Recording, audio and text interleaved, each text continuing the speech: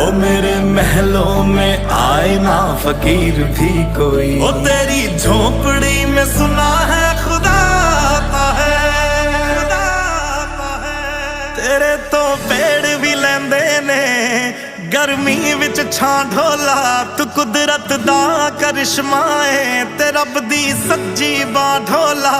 वे हाँ ढोला, वे हाँ ढोला, तेरा किन्ना सोहना ना ढोला। वे हाँ ढोला, वे हाँ ढोला, तेरा किन्ना सोहना ना ढोला।